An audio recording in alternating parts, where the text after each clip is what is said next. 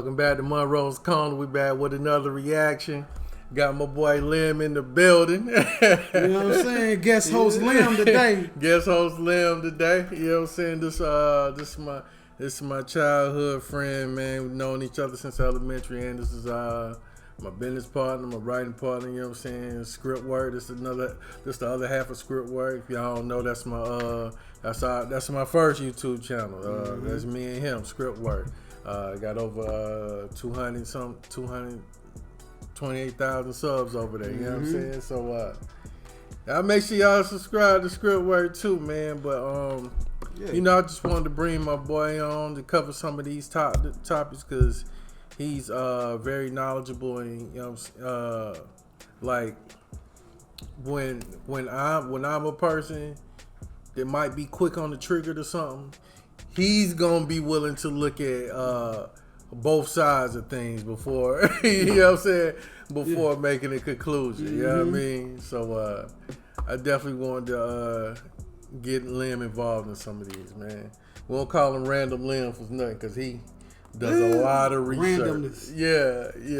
So let's get into it. This is Candace Owens blasts the lives of BLM and the radical left. And also why I wanted to start including them in these, because when I talked about, you know, on the BLM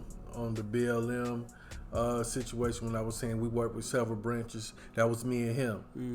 That was me and him in the trenches with it. You know, and you know, we're gonna talk about it. Let's get into it.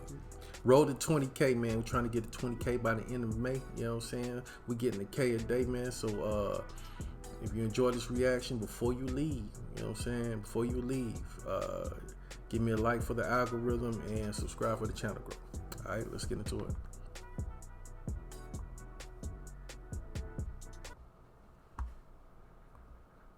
So let's start with where America is right now. We're watching, as we speak. So this is Candace Owens blast the lives of BLM and the radical left. So let's start with where America is right now. We're watching, as we speak, major riots in Kenosha, Wisconsin. We've seen major riots in Seattle. We've seen major riots in Portland, in LA, in Washington, D.C., in New York City, in Chicago. Virtually every major city, all Democratic governed, has broken into extraordinary levels of rioting and looting. The media have informed us that all of this is apparently a good thing, that this is changing America in a positive way. Barack Obama suggested at the DNC that the protesters are really doing something wonderful, and the media have conflated the protesters with the rioters and with the looters. So I want to get your overall opinions, first of all, on the Black Lives Matter movement, because it seems to me that Black Lives Matter can mean three separate things, and there's been an attempt to conflate all of them. One, the inarguable proposition that black people matter. Second, the idea that Black Lives Matter as an organization is good, which seems crazy. And third, that America is systemically racist and evil. And I've yet to see exactly how the Black Lives Matter movement, which seems to stand for both the organization and the idea that America is evil, how is that making America better? Do you believe that what's going on right now in America and has been going on since the death of George Floyd has made America better in any way?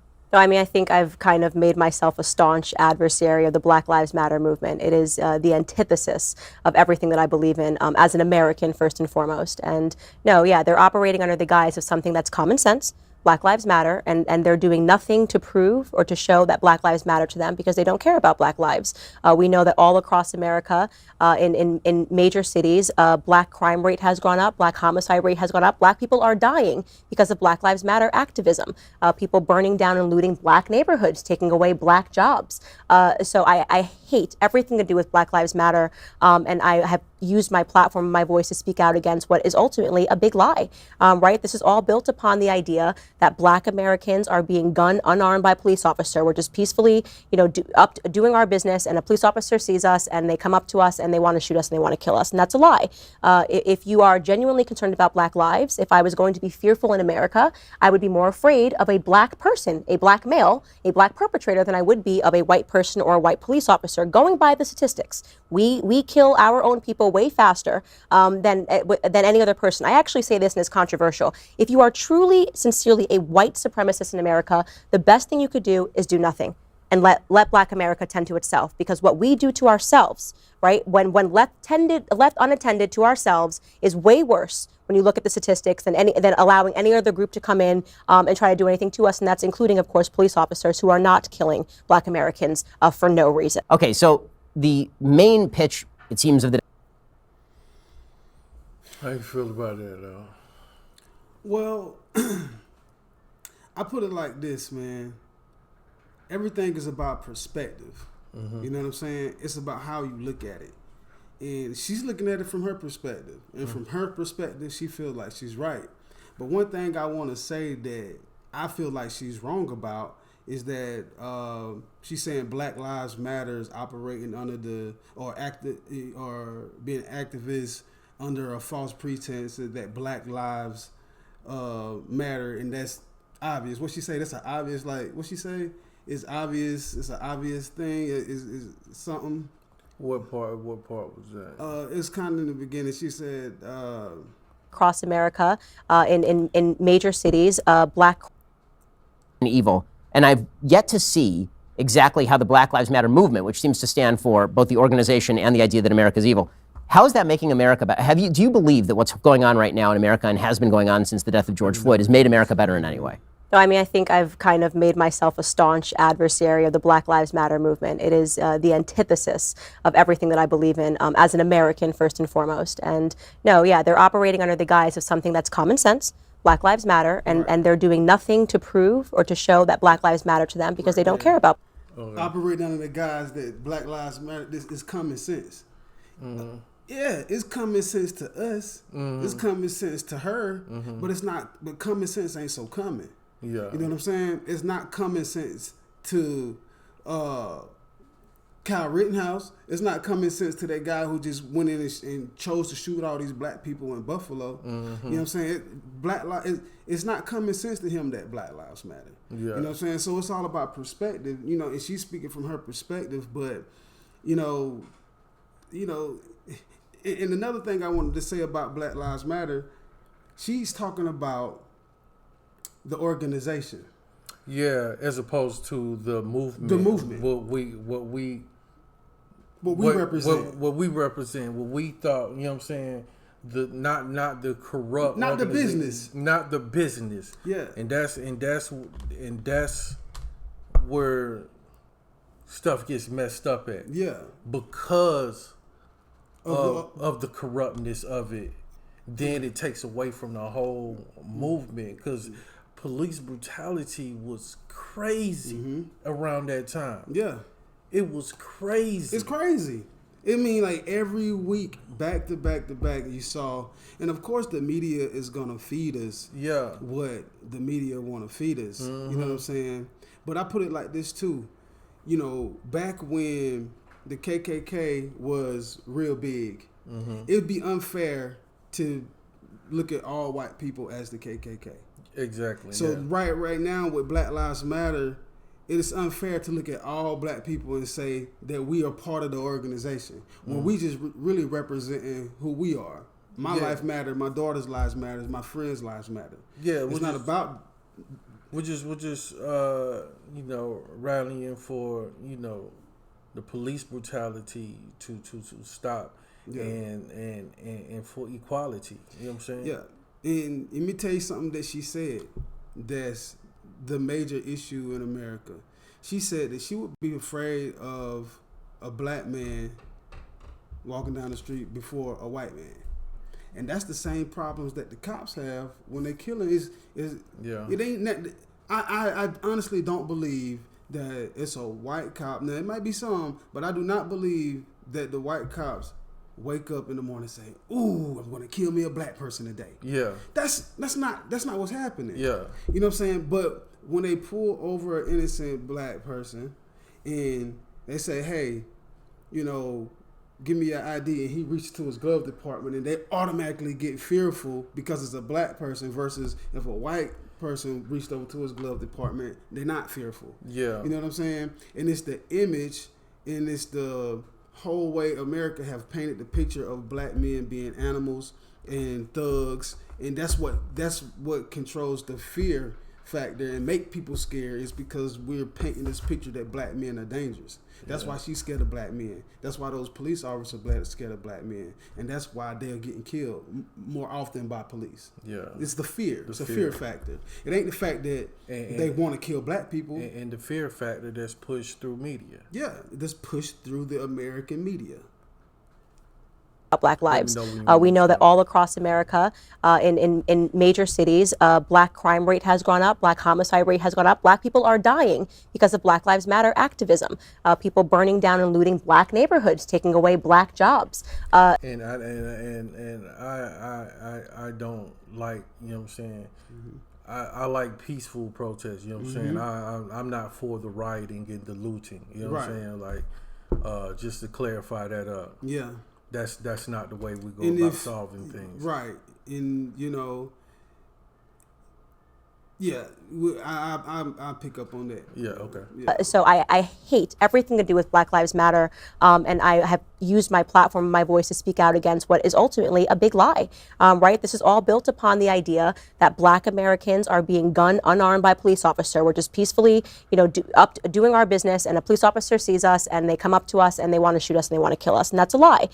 If you are genuinely concerned about black lives, if I was going to be fearful in America, I would be more afraid of a black person, a black male, a black perpetrator than I would be of a white person or a white police officer. Going by the statistics, we kill our own people way faster than any other person. I actually say this, and it's controversial. If you are truly, sincerely a white supremacist in America, the best thing you could do is do nothing and let black America tend to itself, because what we do to ourselves. Let me just mention something real quick. When she say we kill each other more than we kill, than any other race, of course, because that's with any race. Because 9 times out of 10, when a person kills you, it's a person that you know.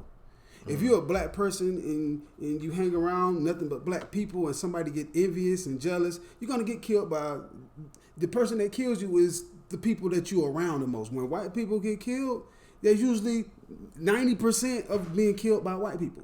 You know what I'm saying? It's your environment that you're in and who you're around. So if you're in a black neighborhood and people get killed, you rarely see white people come to the black neighborhood to kill the black people. You know what I'm saying? Yeah. Unless it's in a protest or rally or something like that. Yeah. But of course, black on black crime exists. White on white crime exists because you get killed.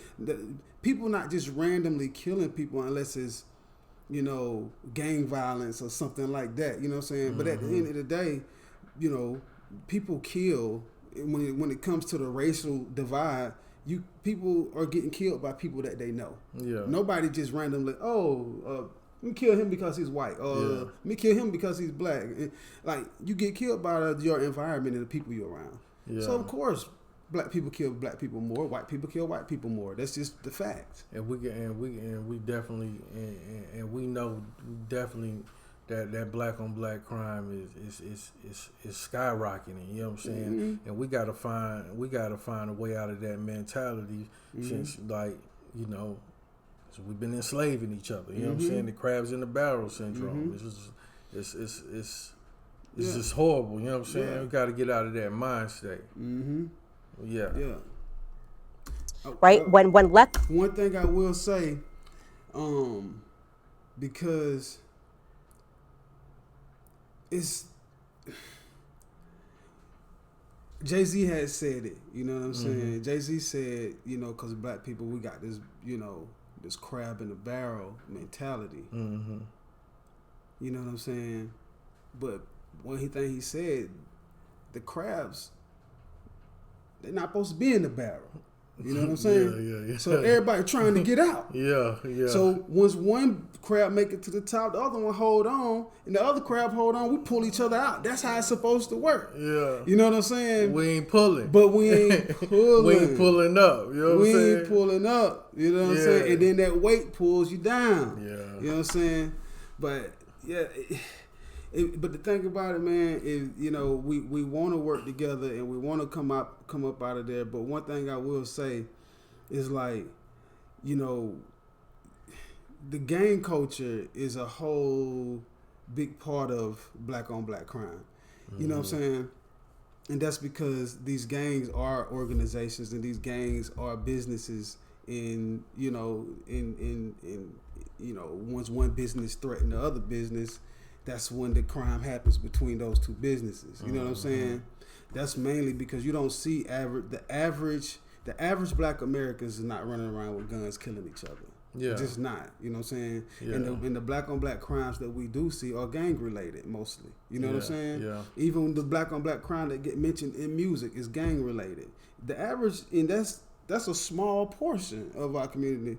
You know what I'm saying? It's, the gangs originated on the West Coast. And it's spread, of course, but still, everywhere. Still 90% of the black population are not gang members. You know what I'm saying? So you see this little bit of black on black crime, and then you say, "Oh, black on black crime is," and that's what raises. Yeah, that's what raises crime rate in the areas of the population. Yeah. Left unattended to ourselves is way worse when you look at the statistics than allowing any other group to come in and try to do anything to us, and that's including, of course, police officers who are not killing black Americans for no reason. Okay, so the main pitch, it seems, of the Democratic Party these days is that America is systemically racist. According to the 1619 Project, America was rooted in racism. America's a 400-year story of nothing but the foundations of racism being carried out in every aspect of American life. So how much do you think that racism is actually an obstacle to black Americans living today? Not in 1960 when Jim Crow, not in 1860 when slavery was a thing, but today in 2020 America. It's not at all an obstacle to black Americans today. It is just, there is no systemic racism. There is no law. There is nothing that says that I can't do something as a black person that you can do. So it's completely false. What we're really talking about is the fact that people want to absolve themselves of personal responsibility. And we're being helped. If there's anything that's systemic in America today, it's white guilt.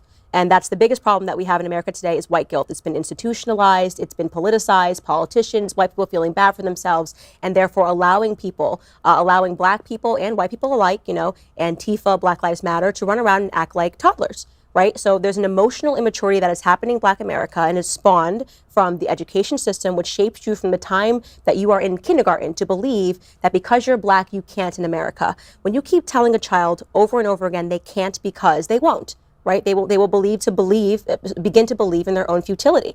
And this is the thing that I try to conquer, right? I try to go out there and I try to speak and I try to say the problem, if you want to talk about anything systemic, it's that white people keep allowing this false narrative to be perpetuated and won't allow black Americans to get up onto their own 2 feet. And that really stems from, I would say, the mid-1960s, where black America sort of took a shift away from the peaceful civil rights into this more, hardcore, militant black civil rights of burning down your neighborhoods and looting and rioting because they didn't want to take steps to be personally responsible.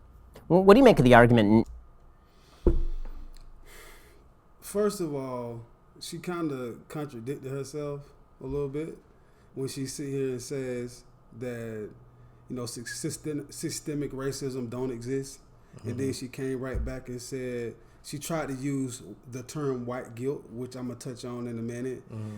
Use the term white guilt as to say systemic racism don't exist. It's really white guilt because throughout the system, where they tell black people that they ain't gonna ever be shit, and that's really a mental fuck. And really the real reason why black people can't come up out of there because white people have throughout the system told them that they not gonna be shit. Like, what do you think systemic racism is? Systemic racism goes through all the school system, the political system, the whole American system is designed to keep the white people superior in the superior positions. Now, the thing what she said about white guilt is some bullshit. White guilt don't exist. You know what I'm saying? What's white guilt? White guilt is a term that motherfuckers create. I'm sorry, I didn't mean to cuss. Go ahead. Go ahead. But white guilt is a term that was created to make white people feel bad about having empathy towards black people. If you are human, ain't black or white guilt, Mexican, whatever. If you are human and you see a knee on George Floyd's neck and you felt something in your heart, you felt pain, like that's not right. That's not white guilt. That's you having empathy as a human being. And as a white human. Yeah. And as a white person, if you see something, we met a guy. We was on set.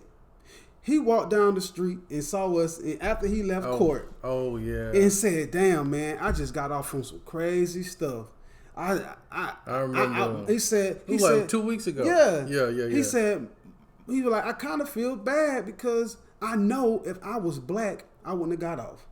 He said, "I had a hit and run." And he came and went to court and got off. He didn't get in no trouble. And he was an hour late to court. Didn't get in no trouble. And the fact that the person that he hit and run was on a motorcycle or a bike. Yeah, he was on a bike. He hit and run a person and didn't get in no trouble. And he said, "Bro, I feel bad because if I know if I was black, I wouldn't have got off with that." That's not white guilt. That's realization. Like, damn, something is wrong with the system. Yeah. Because the system would have arrested him, but it didn't arrest me. And I feel like it's because I'm white. That's what he said to us. Yeah. That's not expressing white guilt to us, because that's a term. That's empathy. Yeah. That's empathy and saying I'm a human, man, and I feel bad for black people that have to deal with this. Yeah. So using the term white guilt is to make white people say, you know what? I'm not going to have white guilt. I shouldn't feel bad for black people to go through stuff. Yeah. I shouldn't feel bad because, it wasn't me. Yeah, it wasn't you. And you shouldn't feel bad about what other people done to other people. But if you see something wrong and you see something that's not right, you have as a human being, you are obligated to step up and say and do what's right. You know what I'm saying? Yeah. And that ain't got called white guilt. That's like, because it ain't no black guilt. If I see a black person kill a white person or do something wrong to white people, I'm going to step up and say, "Yo, bro, chill. That's not right." That's not black guilt. And what she's saying is like the white guilt is like enabling us to not to have to work as hard and to be lazy. But it's two type of people. You know what I'm saying? It's those that's gonna work hard for it, and those that's gonna take advantage of the system. Yeah. You know what I'm saying? And that's in all races. That's just in every human. It's two people.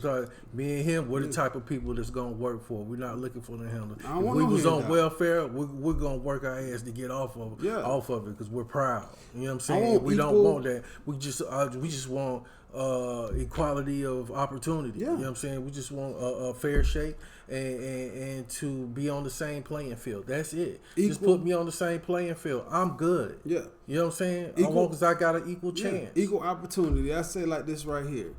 If I walk into a bank as a black filmmaker, you know what I'm saying? Let's say I have 0 credits, you know what I'm saying? And I go sit down at the desk and say, "Hey, my name is Leon Collins. Here's my business plan, and I need an opportunity, please. I would love to have opportunity. Bank loan me, X amount of dollars to shoot my movie. I want to have the same opportunity as that white man that come into the same meeting after me with the same qualifications. Everything. No credits, and he comes with the same business proposal and say, "Hey, now if that bank look at me and look at him and say, well, we can only afford to, do one." And then, we only afford to finance one movie. We're going to choose. Just give me the equal opportunity. Just give me the equal opportunity. Don't look at me because I'm black or choose him because he's white. But the system, over time, has proven time and time again. Yeah. You remember when I was about to be a firefighter? Yep. You know what I'm saying? Yep. I killed all the scores, highest score on the written, highest score on the physical. I broke a record on the physical. Yep. Did I get hired? No. And I feel like the system had something to do with the reason why I didn't get hired. Yeah. Yeah, I remember you was tore up about that. Man. One. You bust your ass for that. Bro. One. And you was at Sports Authority at the time too. Bruh. Making $300 every 2 weeks with a family. Oh, that was tough, boy. We've been through some stuff. Yeah. I know that you cover it some in your book Blackout. The argument that was made by LBJ and still made by Democrats today, that one of the big problems is that historic racism is built into the system such that people are starting from behind the 8 ball. That if you look at the broad history of the United States, that black Americans... Real quick, him saying that by black people starting behind the 8 ball reminds me of our girl Kim Jones when she gave that when she did that powerful speech during the George Floyd movement about black people starting on the starting the game of Monopoly late, you know what I'm saying, with no money, but somebody else come in, you know what I'm saying. So it made me think, and I was like, dang, you know what? It would be great to see Candace Owens go head to head with Kim Jones. I would love to see that. That would be dope. That would be good. That would be incredible. Yeah. Were discriminated against for the vast majority of America's history, really only alleviated legally in the 1960s and 1970s. And even beyond then, there were informal structures of racism. And therefore, that black Americans are starting off inherently behind sort of the starting line. LBJ suggested, for example, that it would not be proper to simply remove all barriers to entry. You're still leaving people who are so far behind that they can never catch up. And that just wouldn't be appropriate to say, okay, now you're free to live your lives when they've already been systematically deprived of resources that other people have had in the United States. Look, nobody will debate the fact that black Americans were oppressed in America for a long time. The problem is that, and you're talking about LBJ's Howard University speech, where he said, we need to fix this, fair. We need to give black people full freedom. We're getting rid of Jim Crow. Great, all of these things. And then he did the worst thing ever, which is he assigned white guilt to everybody and said, but it's not enough to just give them their freedoms. We all have to get involved, and we have to do this and we have to do that. What I can say to you is that there is no group that has ever lagged behind another group that has gotten ahead with handouts. You have to at some point do the hard work, right? So let's say I've been illiterate because I grew up in a black America where I wasn't allowed to read. I'm not going to learn to read by you pretending I can read.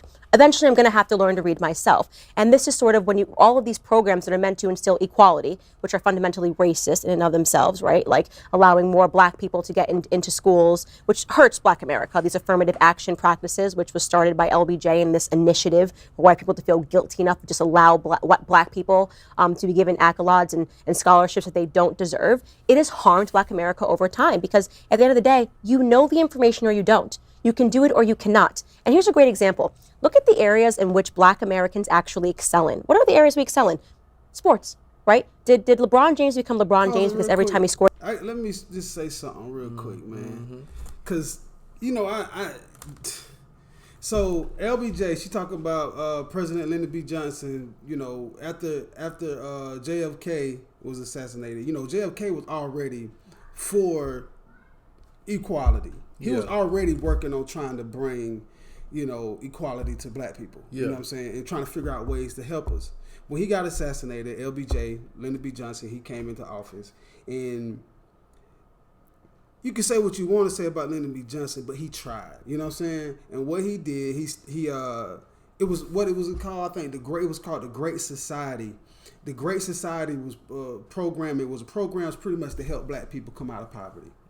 And what that Great Society did, it told banks, help black people get houses, help black people get cars, help black people fund movies. That's when the whole blaxploitation era happened. Okay. That's when all the black movie stars came because of the initiative. They was able to fund black movies. Okay. It helped black people. Yeah. It helped black America. Yeah. And it was bringing black people out of poverty. Yeah. You know what I'm saying? I ain't gonna say it was bringing black people out of poverty, but it was, she calling them handouts, but it was just like stimulus checks. Let me help. You need help with your bills. Let me give you Let me give these loans. Let's do. LBJ initiated all these things to help because he knew that we did start behind. He said, now look, it's so many black people in America that's done been down for so long. They already behind the 8 ball. We're going to do what we can to try to catch them up. You know what I'm saying? But what fucked up, this was in the 1969, I think, 1969. And that was going good. That's when the whole blaxploitation area from the 60s through to 79. And then guess what happened in 1980? Crack hit and AIDS hit in 85. Bruh. Then that, you know what I'm saying? And then that destroyed, they had to figure out a way to, you know what I'm saying, start knocking black people back down. So it's more as opposed to that being a handout, it was a lift up and okay, now you got it from here. Yeah. You know what I'm saying? It wasn't a handout. Now you do what you do with it. It wasn't a handout. Yeah. It was like, hey, let's do something because black people are suffering. Yeah. Scored a basket, we pretended it was 4 points. Of course he didn't get LeBron James because every time he scored a basket, we pretended it was 4 points. Sports. Right? Did LeBron James become LeBron James because every time he scored a basket, we pretended it was 4 points? Of course he didn't get it. He did it because he did the hard work. He went after school every day, whatever it was. He practiced his game, and LeBron James became LeBron James because he did the work and he put in the work. So the areas that we excel in, disprove the idea that the areas that we lag behind, we're going to get ahead by somehow just giving handouts. We have to do the work. This is a point Shelby Steele has made specifically. Of course you have to do the work. And I hate when people use phenoms like LeBron James to make their point. You know what I'm saying? Yeah, you have to do the work, but LeBron James was born 6'9" and 250 pounds. That's a fucking animal that's more athletic than anybody on the court. Period. Yeah, you got to do the work, but the idea to say, oh, what areas do black people excel in sports? No, that's not it. You can't take a handful of black people like LeBron James, Kobe Bryant, Shaquille O'Neal that's born with this great athletic ability and say that's where black people excel. That's where those black people excel. Yeah. You got black astronauts, you got black inventors, you got black businessmen that are very successful, that excel in multifaceted, all kind of artists. You know what I'm saying? Like, so just to sit here and say, yeah, black people just got to do the work. If you want to be successful, work hard like LeBron James. Yeah, work hard like LeBron James at what you're good at. Yeah, you know what I'm saying? What you're good at. Yeah. At what you're good at. The guard of basketball suggesting that you don't say to a kid who's unable to dribble, well, if we give you this handout or that handout, you're going to learn to dribble. We say, okay, now you need to learn to dribble. Right. And that is the only way that anybody gets ahead of any color or in any point in American life. So how did you personally make the transition? Because you didn't always believe this stuff. In fact, when would you say that you became more conservative on these issues? What's actually funny is that I've always been conservative. I just didn't know that I was a conservative. And I think this is what a lot of black Americans suffer from. We're raised quite conservatively. And I was definitely raised staunchly conservatively in my grandfather's household. But I didn't care about politics. I was ignorant about politics. So I went through the public school system. And if you come out of the public school system out the other side and you actually learn, if you actually study, you walk out, you get your degree, and you know what? Republicans are racist, conservatives are racist, and at every point that we've ever gotten ahead, it's because of Democrats. I mean, even LBJ. I mean, it's amazing. They make it seem like he was this wonderful president for black America because he signed the Civil Rights Act in 1964. He was forced to sign it in 1964. He stepped in and became president because JFK got killed, and there were massive riots all around. The entire time he was in Senate, for 20 years, he voted against every initiative to help black Americans. He was a staunch racist. He used the N-word all the time, when he was in the White House, and yet they've rewritten history, and it's disappeared. So we learned that LBJ was a hero. So I wasn't politically inclined at all. I had never voted. But if you had asked me, you stopped me on the street and you said, are you a Democrat, Republican? I would have said Democrat. And it would have been. How you feel about that? Because we just talked about him putting those policies in place, but voting against them all them years. Yeah, it's politics. Okay. I put it like this right here, man. You got to understand the time and the era. 1960s, racism was heavy in America. Yeah. And he was a part of the American society and was raised by a racist family, racist white family. But the fact that, when you're in politics, you do as the politicians do. Same way is President Biden. Mm-hmm. He was voting and doing what he had to. In politics, you got to do what you got to do to get us to get ahead, whether you like it or not. Not saying that he didn't like it. I mean, he probably voted against everything for black people. He probably did use the N-word. That was common for that era and that time. If he was to be doing that now, it would be a major problem because it's less and less likable. You know what I'm saying? Yeah. But during that time, I put it like this right here, man. That shows a lot, about him. To be a racist, to go vote against him from all these years, and then turn around and say, you know what, this ain't right. You know what I'm saying? Mm-hmm. That says a lot about him to have that, to actually change himself and change his own way of thinking to all of a sudden say, I voted against it all these years, but now I know I was wrong. Or either I was wrong before and I'm changing, or I did what I had to do to get here. Yeah. And at the end of the day, if he did what he had to do to get there, when he got there, he made a difference. Okay. You know what I'm saying? Yeah. I just wanted to know your take on it. What you think? You know what I'm saying? He did what he had to do. I got to look into the facts of it. You know what I'm saying? To see, see how those opportunities came about. Yeah, you know what I'm and saying? I don't know what he voted against. She just spewed some stuff out that I don't know about. So yeah, we got to look into. I can't speak on what he voted against. Yeah, we got to look into that. You know All what I I'm saying? can, It's like if you're a racist and you do something to help for the betterment of me or my people, or you just gotta take what you're given and make the best of it, and not dwell on who he or she may be who gave you this opportunity. Because now you're squandering your opportunity. You're worried about the wrong thing. And like if I get opportunity, I'm out to the races with it and make my best of it. You know what I'm saying? Because the better I can make myself, I'm the type of person who's coming back to help everybody else and put everybody else on game. Right. You know what I'm saying? If I go into playing into the victimized state and saying, oh, but you didn't do this and you didn't do that, instead of what you did do for me, and then I ain't never gonna get nowhere. You know what this make me think about? What? The movie Crash. You had a racist white man. He hated black people. Yeah. And messed around. He said all this stuff about hating black people. Not like the black woman in a car crash. He saves this black woman's life. Yeah. You know what I'm saying? No matter what the fuck he said in the past, it don't life. Even matter. He just matter. saved this black woman. Yeah, he saved the black woman's life. Yeah. You know what I'm saying? Like I can say I hate white people, but then I walk outside and it's a homeless white man. I give him $5. Does that you know what I'm saying? Yeah. You know what I mean? Like you still do it make sense what I'm saying? You know what I'm saying? Like who cares what he said in the past if he did the work to help people? You know what I'm saying? Yeah. I'm just saying. He put in the work. He put in the work to help people, no matter what he said or how he felt. Everybody got their Look, pass. I'm gonna put it like this right here. I'm gonna put it like this right here. If a racist, he can call me nigga. He can say behind his back. I'll say whatever. He can call me. I know what you about to say. But if that nigga offer me $1 million, I'm gonna take it.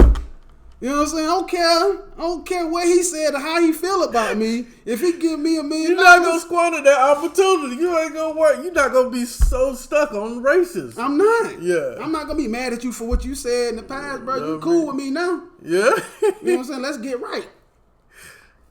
Been because of the reasons that I just listed. So I started paying attention in politics when Donald Trump came down the escalator, and which is quite hilariously because I thought this man should never be the president of the United States ever, right? So I don't care where and which listed. So I started paying attention in politics when Donald Trump came down the escalator, and which is quite hilariously because I thought this man should never be the president of the United States ever, right? So I don't care where you were in America. I mean, I was on your side with this. Like, no, not this guy. I thought that he was just too boisterous, too New York, and also he was the guy who says you're fired, like too cultural to be the president of the United States. I didn't believe that he was the right person for the job, especially coming off of Obama, the smooth talker. But then something weird started happening where this guy who I thought should not be the president of the United States, rather than saying he shouldn't be the president of the United States because he's not qualified, the media started saying he shouldn't be the president of the United States because he's a racist, a sexist, a homophobe. And I'm thinking, wait a second, this guy has been loved. You know, in the media, they loved this guy. I mean, in every hip hop song I listened to growing up, they wanted to be like Trump. You wanted to end up at Mar-a-Lago. He was a symbol of status and of wealth. So I asked myself before we even get into anything, yeah, she right about that. Trump was that guy. Yeah. Yo, you got on the like he was in every rap song. Yeah. Every rapper wanted to be like Trump, dog. Yeah, that's what I'm saying. I ain't never look, man. Well, hold on, I'm gonna let her finish. I just want to stop it right there real quick. That is fact. Like before he was president, Trump had the black community. He got clout. He had clout. Trump had the clout. To be like Trump. You wanted to end up at Mar-a-Lago. He was a symbol of status and of wealth. So I asked myself an important question, and that question was, is it plausible that black Americans are now and racism is being used as a theme to turn black Americans into single-issue voters? And the answer is yes. And I started researching, and I fell in love with Thomas Sowell. I mean, it really was a story of falling in love with Thomas Sowell and his books, and he knocked me into reality. And you really can't unsee it. You can't unsee it once you learn the knowledge of how we've been used as single issue voters, you can't unsee it. Yeah, and shout out to the brother Thomas Sowell. He's a real eye opener. Hey, I agree with her on that though. You know what I'm saying? As far as like with Donald Trump, because Donald Trump, you just tell it how it is. But I put it like this, It's man. transparent. Yeah, when Donald Trump first became president and was running for president, I was like, hell no, he ain't fit to be president. Because I was listening to the media, and I thought I was a Democrat. You know what I'm saying? And I was listening to the Democratic ways. You know what I'm saying? Hate Trump, hate Trump, hate Trump, and they played us. Yeah, they played us. They played us. And that's the game. You know what I'm saying? Because you know the Republicans, they try to make us hate Biden, and the Democrats try to make us hate Trump. Republicans can make you hate Obama. Like, you know what I'm saying? And as long as people was trying to get Trump out of office, is when they really wanted him out of office. Is when all the racism stuff starts to come up like that, and they just wanted to. They just realized they couldn't handle Trump. You know what I'm saying? And me and you was talking the other day, like we'd rather have somebody in office that's gonna slap us in the face as opposed to stabbing us in the back. Right. You know what you getting with Trump. You know what you get with Trump. Like, I'm not mad at Trump. Like I say within the first year of his presidency, I was like, man, going along with everything everybody was saying, and then I stopped. And I started paying attention to what he was really saying and some of his policies, and I was looking at what he was actually doing for black people, and I was like, Trump ain't really that bad. Remember we had that conversation? I'm like, we had a deep conversation about it. I was like, bro, Trump. Because at one point I was like, hold on. I was like, wait. And then after having that conversation with you, I was like, you had to do your own research. I was like, okay, Trump, right? Yeah, think about it, like, you know, because I'm like, he is who he is, and he is who he is unapologetically. And it's just like a president like that, you actually know what's going on in the world because he can't shut his mouth. He tweeted everything. He told us what was going on. We was it's actually Trump coming from those tweets. Yeah, we was actually more aware of what's going on because of Trump. We worried about how he feel. You know, as a culture towards, you know what I'm saying, certain things he was saying that we agree with, and we took that and ran with it, and you know, we someone, we hard to forgive. You know what I'm saying? We hard to forgive, and instead of looking at that and let that take precedence over the policies that was getting put in place. But yeah, man, like they used us against them. They did, and they did what the media do. They did what they were supposed to, because they try to turn you against people. You know what I'm saying? And like you said, they give you one thing to ride with, and you just ride with it. But the thing about it is that you never go 100% agree with nobody. Nah. And that's what you gotta realize. That's what you gotta realize, because it's things we agree with Candace and this, is things we don't. People not gonna 100% agree with us. Yeah, I don't 100% agree with Biden. You know what I'm saying? So it is what it is. You know what I'm saying? I mean, that's what I'm saying. It is what it is. I don't 100% agree with a whole lot of stuff. But what the media did was say, we don't agree with Trump. He's our enemy, and a lot of black people, a lot of Democrats ran with that. Instead of looking at what he was actually doing to help. You know what I'm saying? Yeah. So, I'm not a Trump hater, you know what I'm saying? But, I agree with Candace on that. You know what I mean? I do. Yeah. So that was a good watch, man. That was a real good listen. End of the day, man, we about quality of opportunity, man. We just want our fair shake in the world. That's it, man. Hey, man, let's keep it respectful in the comments. You know what I'm saying? I know, these some touchy topics. So y'all been doing a great job in the comments with keeping it respectful. You know what I'm saying? So I commend y'all on that. So let's just keep it going, man. And you know what I'm saying? Shout out my boy Lim. Yeah. You know what I'm saying? Shout out my boy Lim. And much love and respect to Candace Owens. I Yeah. really respect Candace Owens. Yeah, man. man, 'cause it take a lot of heart to get up there and do what she do. to You know be what I'm saying? to Speak your mind. it really does, you know what I'm That's it. saying? Speak Like your for mind. real, much cause she is who exposed Yeah. Black Lives Matter, who we did a lot of work with. Yeah. We wrote with several chapters of it. Yeah. You know what I'm saying? Yeah. And remember we was like, why are they so unorganized? Why are all these chapters so unorganized? Right. And they was bickering and stuff with amongst each other chapters and stuff. Because now we see, which Candace helped expose, is that they're corrupt. That was doing some stuff. The business, but the thing about it, every business got people in it that's trying to take money out the top. Yeah. I mean, that's just when This motherfucker. that's when Trees, yeah, right. when you start seeing money and you ain't never had money, and you know you putting in all this work, and then you start say, I could pay for this, I could pay this person, I could pay that person. You know what I'm saying? You know, she got caught up in. She just mismanaged the business, mismanaged the organization. She could have paid her people, but did it the right way. Like, why are you paying somebody $100,000 a month to be? It's like 60 million unaccounted for. Yeah, that's what I'm saying. But like, know you what I'm paying family members $100,000 a month to be your She got secretary. houses out there. Yeah, like, You know what I'm saying? how you Like- paying somebody $100,000 to do little the stuff just got to make sense. You know what I'm saying? She's just, anybody to use Yeah. people's tragedy to profit off of, man, Yeah. that's just ridiculous, man. Right. Well, yeah, so we're gonna check that documentary when it come out too. Yes, sir. But yeah, man, that's it. I think that's it for today. We went long enough on this. Yeah, we did. We did. All right, so man, roll to 20K, man. Trying to get that by the end of May. Enjoy this reaction. Like and subscribe.